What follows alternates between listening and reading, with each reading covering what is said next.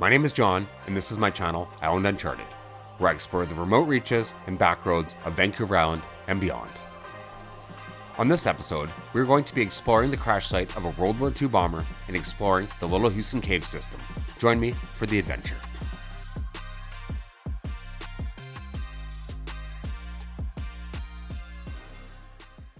Alright, ladies and gentlemen, welcome back to the channel. I'm here in Port Hardy this morning. I'm going to be hiking up the mountain behind me to locate a old World War II bomber crash site, Dakota 576. We're going to locate the trail here and make our way up the mountain. Alright, so initially I parked down at the marina. Then we started walking up the trail. It's actually more of a road at the beginning. So I actually went back and got my Jeep and drove about a kilometer up the road just to shorten that distance. So we've just started our hike here.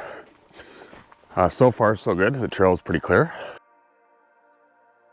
This is a site I wanted to visit for a very long time, and to be honest, being here is awesome. As I hike, my mind is filled with thoughts of what does it look like? How much is left? What's the story here? Alright, so I come over the top of the hill here and I can see the first site of the wreckage. One thing I just want to make you guys aware of is the fact that I'm always very respectful of these sites. I know people have died at this particular crash site. So yeah, definitely if you're visiting a place like this, be respectful. I think that's kind of a given, but you need to keep it in mind. In the dark early hours of April 19th, 1944, a Royal Canadian Air Force Dakota 576 was on a navigational training flight. The crew consisted of Pilot Officer John Talbot, Pilot Officer Thomas Wardlow, and Sergeant Thomas Moss. As the aircraft approached Port Hardy on that fateful morning in the early hours, the fuel ran dry. With no power left and the runway just out of reach, the Dakota struck the hillside only 4 miles from the airfield. Talbot and Wardlow were killed instantly, and against the odds, Sergeant Moss survived the crash, wandering from the wreck in shock. To this day, the twisted metal of Dakota 576 still rests amongst the moss and cedar. A small memorial plaque marks the site, honoring the brave young airmen who had lost their lives on that fateful morning. I've wanted to do this hike for quite some time, and sitting here just seeing the wreckage puts things into perspective. It's not a monument behind glass or a line in a book of history. It's right here in the forest.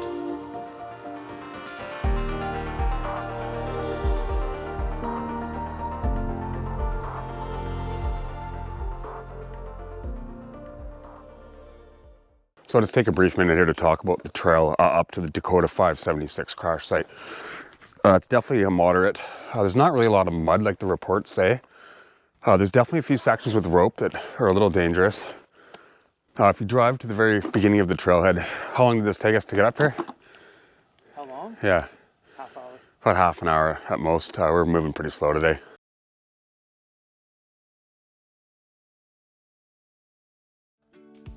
The next morning, our plan was to visit the Little Huson Caves, but on the way there, I saw a sign that said Zeballos. I spent years exploring Vancouver Island, but I've never been to Zeballos. The sun is shining, it's an absolutely beautiful day, we're gonna go check it out. It's roughly 42 kilometers from the Highway 19 turnoff. The road's actually in pretty good shape, and the drive is absolutely spectacular.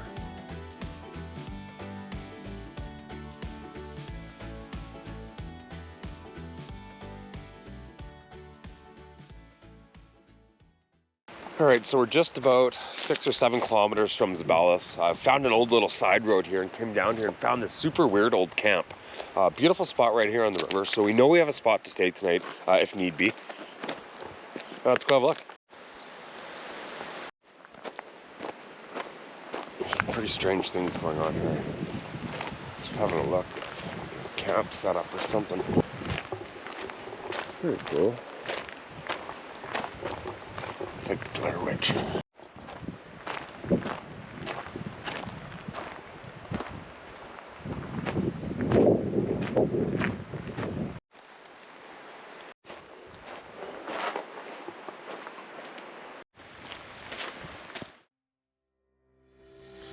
With only about 8 kilometers standing between us and Zeballos, I start to wonder, what is the history of this small town? What's its story? And what are we going to find here? This small community sits deep on the wild west coast of Vancouver Island.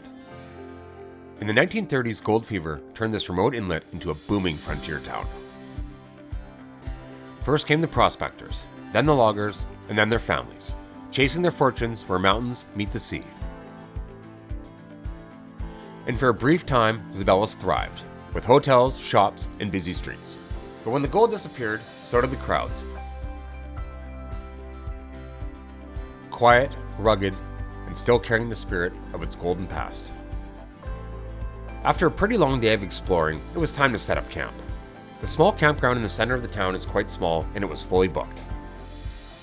We decided to keep driving, Fair Harbor bound, and along the way, we saw some of the most beautiful scenery of the day.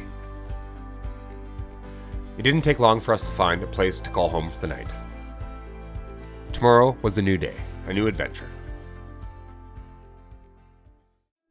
Now it was time to check out the Little Huson Caves, but before we left, we wanted to have one more look at Zeballos and its past.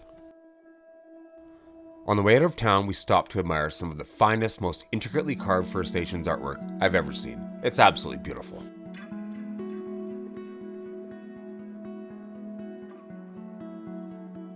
And if you've watched any of my past videos, you'll know right away that I have a thing for cemeteries. I can't just stop, I can't drive by. I have to connect here, I have to feel the past and know what it was like to have lived in this small community on the west coast of Vancouver Island.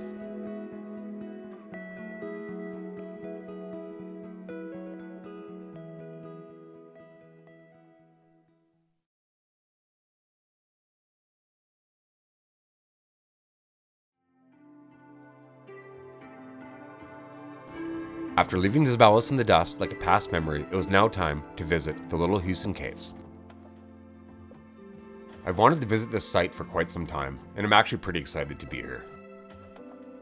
Just a short walk from the parking lot lies the entrance to the Huson Caves. It's super accessible and easy to get to, and definitely worth checking out. During our visit, we noticed that the trails are being upgraded, and that's definitely a good thing. After descending the final set of stairs, I see Atluck Creek. And there it is, the beginning of the Huson Cave. I realize now I've come to the wrong side. I'm gonna have to backtrack a bit, but nonetheless, still pretty cool, and I'm gonna check it out while I'm here.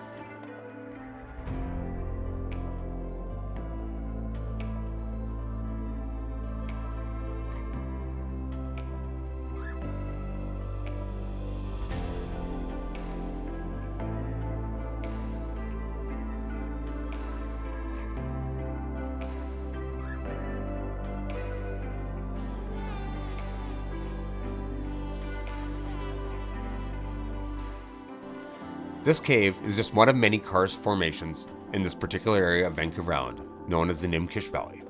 This particular cave was carved out over tens of thousands of years as rainwater mixed with carbon dioxide to form weak carbonic acid.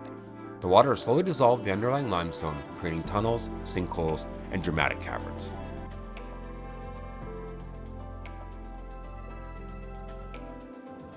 The bedrock here itself dates back to the Triassic period, over 200 million years ago, when much of Vancouver Island's limestone was formed under ancient seas.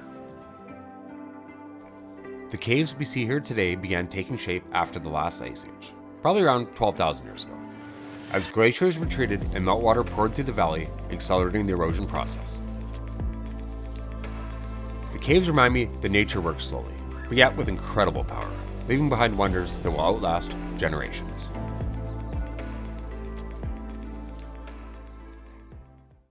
Thank you guys for sticking around till the end of the video. If you like this type of content, make sure to check out my channel on YouTube, Island Uncharted. I have tons of videos all over Vancouver Island with stuff just like this. If you enjoyed the video, make sure to give it a like. If you have any questions, feel free to leave them down below in the comments. If you like the channel, consider subscribing. I will see you guys on the next one.